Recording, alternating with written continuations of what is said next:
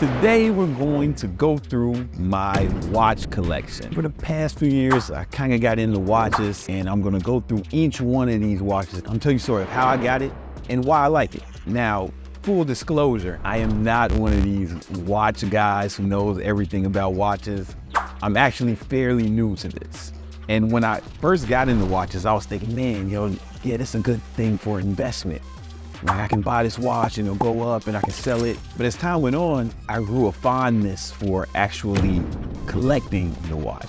And as you'll hear from the stories, each one of these watches was either bought or given to me to commemorate a special occasion or something that happened. And so these watches kind of mean a lot to me. So I don't plan on selling any of my watches ever, and any watch that I get in the future is probably going to be a watch that I keep forever. So I'm not one of these guys who knows everything about watches. I can't tell you every reference number or tell you the history of the watch like that, because I'm still kind of new to this. I'm still learning. And this is important, I'm not like a classy guy, and I think that will be reflected in some of the pieces.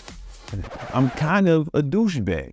However, I do like to believe I have some redeeming qualities that may or may not make themselves more obvious as this video progresses. These are my least expensive watches, right? And then these are my crown jewels, my favorite watches, and I keep them in this case that rotates and spins, so I don't have to set them every time I want to wear them. And when I travel, I usually bring a few watches with me, and I'll put them in this Louis Vuitton case. Pretty cool. Let's start with the watch that really got me into watch collecting. This is my Rolex Datejust. I made a video about this a while ago when I said just date on accident, and everybody made fun of me. You should feel bad about yourselves. I have been diagnosed with dyslexia. So all you guys who are making fun of me, that's basically a hate crime. You should feel bad about yourselves. You're awful people. This watch was given to me by my good friend, Moneyberg, because he was launching a digital product, and he had never done that before. And he consulted me for the marketing and execution of that course. And I kind of worked with him from concept. I was going over the videos as he was making the course, and then even up into the launch. And the launch did over $1 million. And as a token of his appreciation, he presented me with this watch. And I just fell in love with it. I wore this watch every day. He got it from a guy named Dimitri, who runs a jewelry store in the Diamond District in Manhattan. And that's where I ended up getting all my watches and basically all my jewelry from. I got it from Dimitri. We actually became close friends. I went to his wedding and everything. So this watch just means a lot to me because it commemorates an accomplishment. It's from one of my best friends. And through this watch, I made another one of my really good friends. And I wore this every day for maybe a year and a half. This is my everyday watch, but it kind of got me thinking, what kind of other watches do I want, right? And we'll go get into some of the other watches I purchased after that. Prior to getting into this watch, I used to wear an Apple Watch. Not this one, but I used to wear like the base model Apple Watch every day because it had a lot of functionality and it was just easy. I just wanted something that worked. I wasn't into the watch scene at all. But recently I did buy this Apple Watch Ultra, and this thing is toxic. Let me tell you why. A lot of my friends have it, and my friends are like fitness guys. Some of them are Marines or they're in the military special forces, and this is the most toxic thing in the world. We can see how many calories each other burns every day, and it started a crazy competition where we were all trying to outwork everyone each day. And I would wake up at 4:30. That's when I wake up every day, and I would see, goddamn, Corinne has burned 4,000 calories already. Presumably he was up all night, hiding in the bushes, having war flashbacks or something. It started to control my life. I would need to go to sleep, and I'm like, oh no, I gotta beat him. And we all got really ripped as a result. So it was positive, but I had to stop wearing. I had to stop wearing it because it was totally getting out of hand. I still wear it sometimes when I work out, or if I really need to get ripped and shredded for an event or a photo shoot or something, I'll wear this for a few weeks prior to try to burn as many calories as possible because it tracks the calories I burn. Plus, I'm always tracking the calories I consume every day, so it's easy for me to tell if I'm in a caloric deficit. It has a ton of other great functionality as well, but it's not one of my favorite watches to wear, right? It's not my everyday watch. I really only kind of wear it when I need to get super ripped for something. That brings us to the watch that I do wear every day, and that is my Royal Oak Offshore.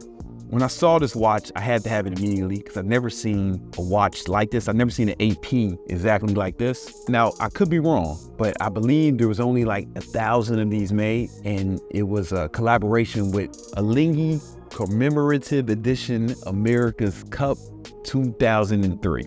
That's cool, but I never saw one that looked just like that. And the reason why this is a perfect everyday watch is because it's titanium. It's super light and it's indestructible, so I don't really have to worry about banging it around. So I'll work out in this, I swam in this, I'll do anything in this watch, right? 9 times out of 10 when you see me, I'm probably wearing this watch. This is my everyday watch, and I bought this watch to commemorate a year in our business where we just did crazy amount of money. Like we broke all the records, and you know, I wanted to celebrate that for myself. It was a big accomplishment. And also, that same year, I bought this watch for everybody on my sales team and 2 of the executives in my company, and I presented that with them the same year I bought this for myself, right? So I got them all one of these because, you know, I learned from Moneyberg, when you help someone make a lot of money, hey, you get them a watch. So that's what I did for my sales team. And as a result, the following year, they broke even more records. So this is the watch I wear most, but the second most worn watch by me is the G-Shock GAB2100, I think, right? A lot of people call it the Casio because it has a shape that's similar to the Royal Oak from AP. Look, this is the G-Shock I like the most. See, a lot of those G-Shocks, people get real excited about them, man, but some of them just got too many goddamn buttons, right? They're too big and blocky. You look like a goddamn cyber bully with all that technology on your arm. Look like these watches look like they control satellites and shit. It's like, yo, this one, super calm, right? And it's indestructible. I even have it in white, right? In fact, I've had tons of these watches. I bought them in every color. I even bought the metal ones, and I typically end up giving them away. And other G-Shocks too. When I see a G-Shock I like, I'll buy it. And if I don't wear it for a while, I'll just give it to a friend. So my boy Ryan McGinn was over here once, and he said he liked the metal one. And I said, bro, you can have it. And I gave it to him. And he made a TikTok video about it, or YouTube short or something like that about it, and it got like over 1 million views, so you're welcome. I don't wear this one much, so when one of my friends say they like this, I'll probably give it to them. But this one I will not give away. I like this one a lot. It has a Bluetooth functionality where it's synced with the app on your phone, and you can use the app to control all the shit. And that's cool. That's cool. Yeah, but I wear this watch a lot, man. I really like it. Me and my girl, we had to go back to where I'm from, the south side of Chicago. And I was like, listen, don't wear no jewelry. Don't wear your Rolex. Don't even look nice. You don't know these people. I know these people, all right? And I wore this one. You don't understand what it's like here. They'll kill you for. With this watch, I feel like I would have been ready for anything if it did go down, right? This is the watch I wear if I know about things are going to get messy. I work out a lot in this watch, so I'll wear this anywhere where I think I may get dirty. So I'll wear this. I wear this riding the ATVs. I'll wear this at the shooting range or your mama's house. Any place where I think it's going to be real filthy, and I don't have to worry about this, the watch I wear. And I mean, I've had so many of these, and I end up giving all my G-Shocks away because I just don't wear them that much, except for this one. In fact, I gave my video guy the G-Shock he has on his arm. Come show him the G-Shock. Come show him the G-Shock. Come here. Show him this one. I had this one, I liked it, but I just never wore it. And I was like, hey, Nima, you should have this. And look, he's wearing it now. He loves it. Look at him. He loves it. My nephew's been staying here for a little while. He's from Chicago. And he came with this iced out drug dealer Rolex. And when he landed, I was like, oh, so you got your Glock or what? He's like, no. I was like, motherfucker. So I immediately went on Amazon and bought him one of these to wear. Somebody get dumbass Dallas. Let me show the guys a watch. Look at him. He's wearing it now. He loves it. Look at him. Look at him. He loves it. He can't get enough. Look how happy he is. Everyone loves it. Everyone loves that one of these. You know what I'm saying? Nobody's going to try to kill you for that. And that brings us to the next watch. This is where I am going to lose all the watch fans.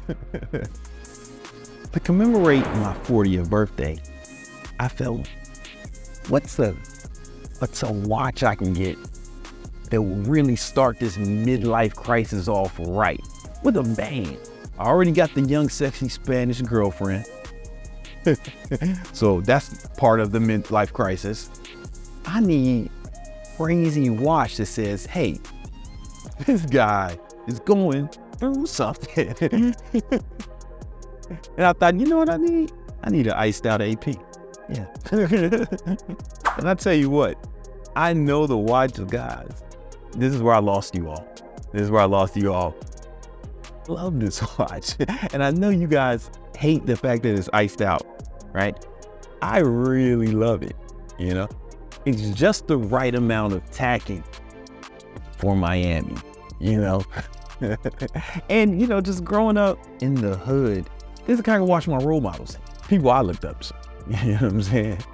Now, granted, most of them are in prison or in bed now. When you come from where I come from, this is the watch you get when you start making something. Now, I know a lot of you guys are saying, oh, you ruined the value, you ruined the watch, it's not worth anything. Let me remind you what I said at the onset of this video. I'm not out here flipping watches, man. These are not investment pieces. These are watches that I'm gonna keep forever. You can do whatever you want with your own property, man. Don't let people tell you that you can't have what you like. I didn't do this to the watch, I bought it like this, you know? And I'm super happy with the purchase, man. I get a lot of wear out of this.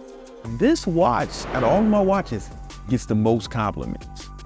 This is the watch that gets by far the most compliments.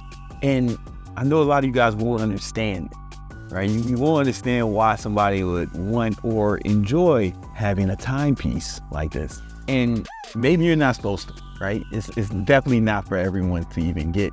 You know, you probably won't understand it unless you came from the hood. I'm gonna be honest with you, probably just won't get it. And that's okay. Everyone's entitled to their own opinion, you know?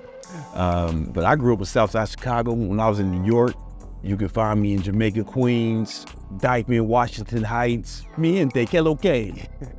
You can find, you know what I'm saying? And even here in Miami, even though I don't be in the hood anymore, you'll feel, if you're wearing this at Poppy State or Komodo or 11, you'll feel right at home. You'll fit right in. So, you know, you guys who don't get it, that's totally cool. Right? You just don't come from the background that I come from, and you don't go to the places that I go to, and we're in just different crowds. And you probably don't like Latina women as much as me. My Latina women actually picked this out. I was going to get a more conservative watch, but she said, ay, papi, you need that one. Papi fuertes. Me gusta, mi amor. You know what? Me gusta too. So I would just say, if you like sexy Spanish women, there is no better watch to get than an iced out AP, even Rolex. Would you agree? Nod your head, yes or no? She's nodding her head, yes. And she's one of them. So if your target demographic is sexy, big titty Spanish women, there's no better watch to get. So when you see all the guys saying, no, you're ruining the watch, oh my God, you're doing all of this. Y'all don't fucking big titty Spanish women. We know it, and it's okay, because that's not everybody's cup of tea. But if you wanted to facilitate the acquisition of big titty Spanish women in your life,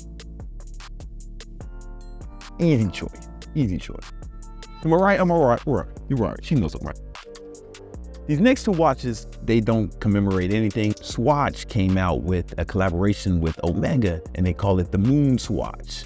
I got the Mission to the Moon version and the Mission to Mercury version. And as soon as I got it, I saw this band on there. I was like, no way, no sir. I went on Amazon, got a black rubber strap for it.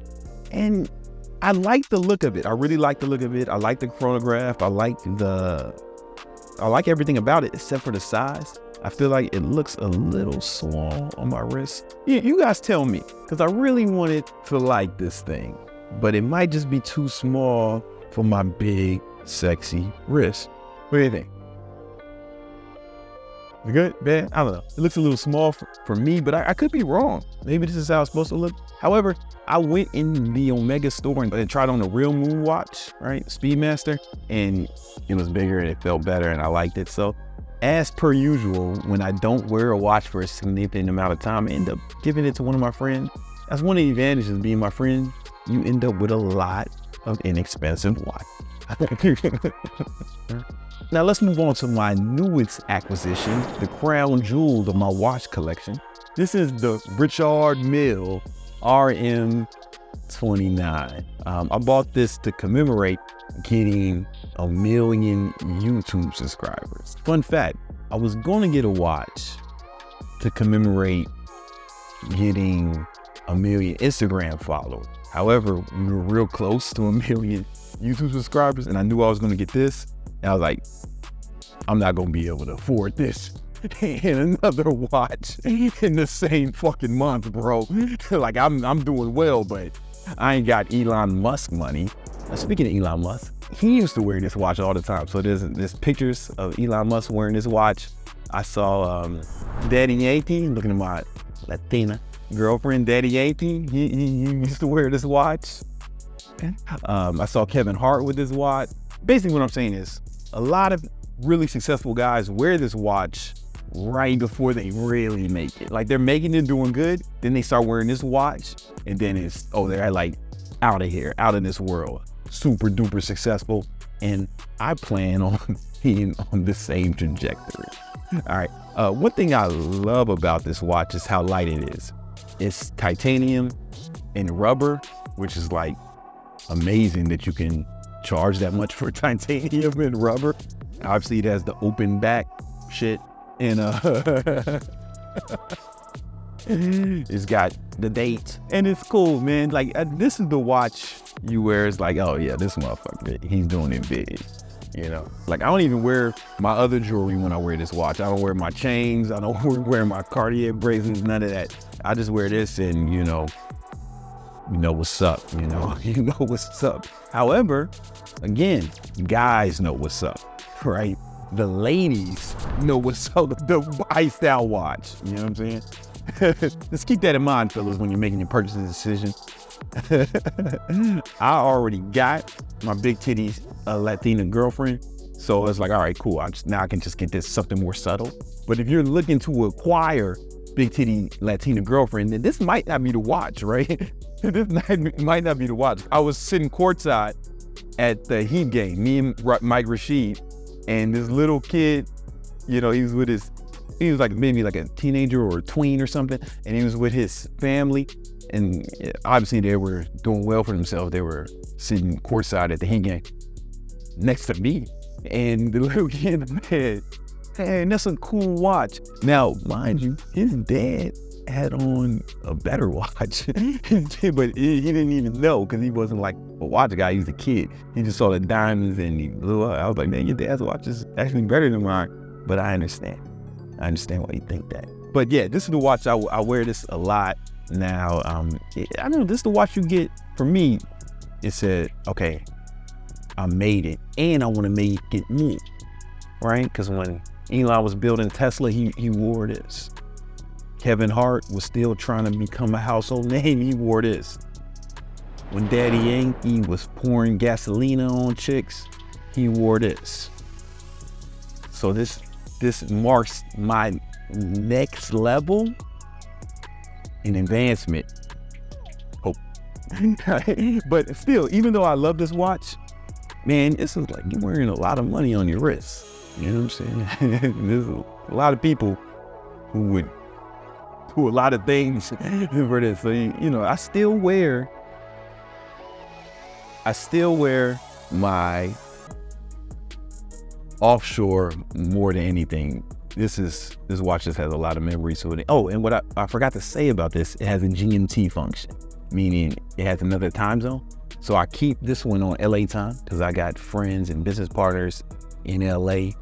And sometimes we be on the West Coast. Me and my girl, we go to LA or we go to Vegas. My brother lives in Vegas, and I don't even have to change the thing. I just look at the little one, the little baby one. Yeah. This is still my most wearing watch, but this is my new favorite. So listen, tell me, which watch do you like the best? If you can have one of them, which one would you pick? This the watch you want to wear? You want this? If you're really trying to work on your fitness, if you really want to lose weight, you really just have to burn more calories than you consume, but you're going to need a device to tell you how many calories you burn, right? And this is my preferred one. Or, you know, I also do my Oura Ring checks it too. But this would be the best for a fitness enthusiast, I would say. This is for, like, I don't know, a small fucking child or some shit. I don't know. This Datejust is what I wear with suits. You know, I wear this with suits if I'm at, if I need to wear a suit for a wedding or court. I'll wear this one, you know, this is my everyday. This one I wear at the strip club. Or at like them crazy Miami restaurants, you know, popping steak. Yo, I filmed this video a while ago, and since then, there's been some new timepieces added to the collection. I just want to give you a quick update. I'm giving this Cartier Santos by the homie Amber. She's one of my business partners. We made a lot of money together. She got this for my 41st birthday. I really like this watch. I had my eye on it for a while, but it's like, do you really buy this for yourself after you get the Richard Mille? But I never saw it in person until she got it for me. And I like it way better than I thought I would. It's super dope. It's a slept-on watch, man. It's all black. It's fantastic. The rubber strap is also comes with an alligator strap if you want to class it up a little bit, but you know me, I'm not classy. So I'm gonna keep the fucking rubber on it, but I think it's super dope. It's a slept-on watch, man. Cartier, I think they're slept on. They don't get the credit. They may not have the same prestige as some of the other brands, but they're a prestigious brand. They've been making watches for a long time. If I'm not mistaken, they were one of the first companies to make a wristwatch, if not the first. I'm sure one of the watch nerds will correct me if I'm wrong, but this watch is dope. Cartier makes their own in-house movement, and this watch is water resistant up to 100 meters, man. So I'll fucking dive in this bitch. Also, the Moons watch, the black one, this is the Mission to Mercury Moons watch. When I put the rubber Amazon strap on it, yo, I fucking like it, bro. I like it like this, man. Like, I'm aware of this. I'm gonna put this in the rotation. So I wanted to do an update on that. But I also got this new G-Shock. So I usually get the G-Shock, the 2100s, but this one is a little different. It's 2100s getting kind of played out. I've been seeing too many people with it, but this one, you won't see as many people with this one because it's fucking $400. I forget the reference number, but my video editor will put it on here. It's super dope, super classy. It looks like a more expensive watch than it is, and it's metal, so I like this one a lot. Now, this has definitely been in the rotation since then, but I did get another 2100. This is a new one. This one is metal. It costs about $250. It has a nylon strap and a different kind of buckle and a metal case.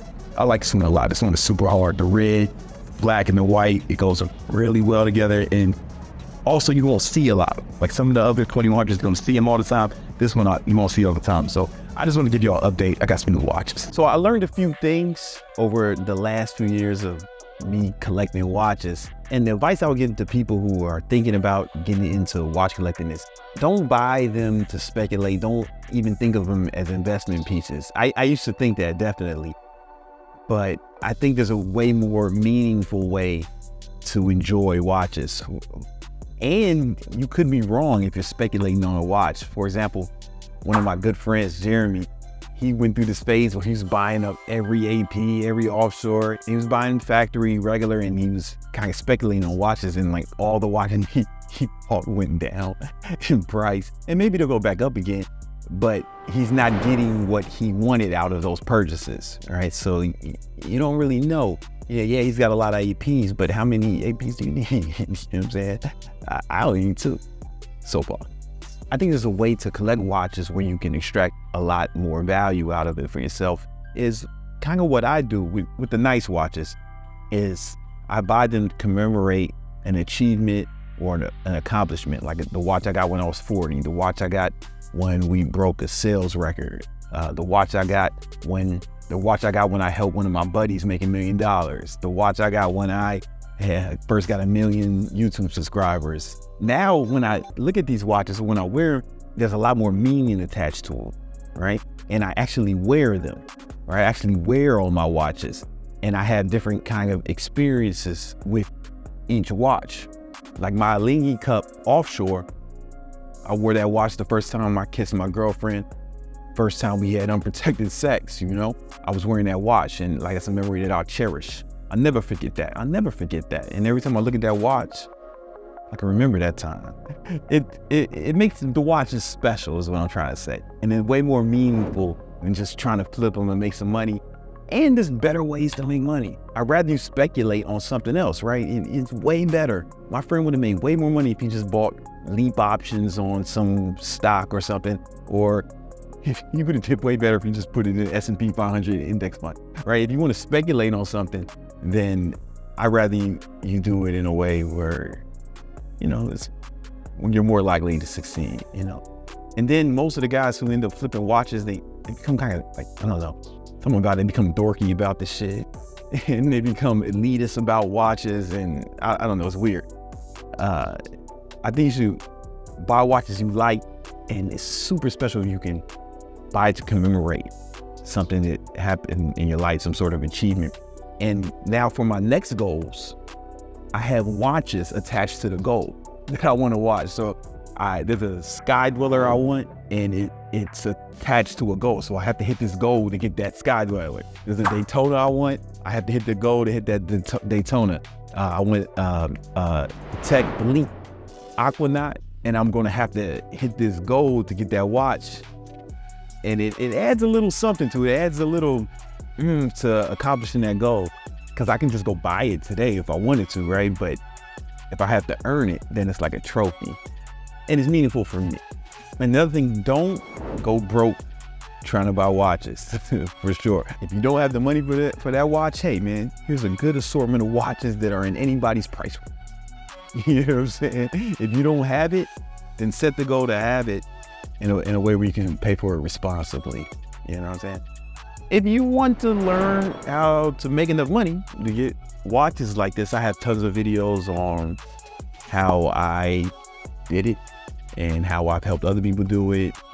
Go click around here somewhere or subscribe, like the video, share the video. I don't even know how to do that, but you probably know how to do that because you obviously watch YouTube videos, man. Like, figure this shit out. All right. I'll let y'all. Peace.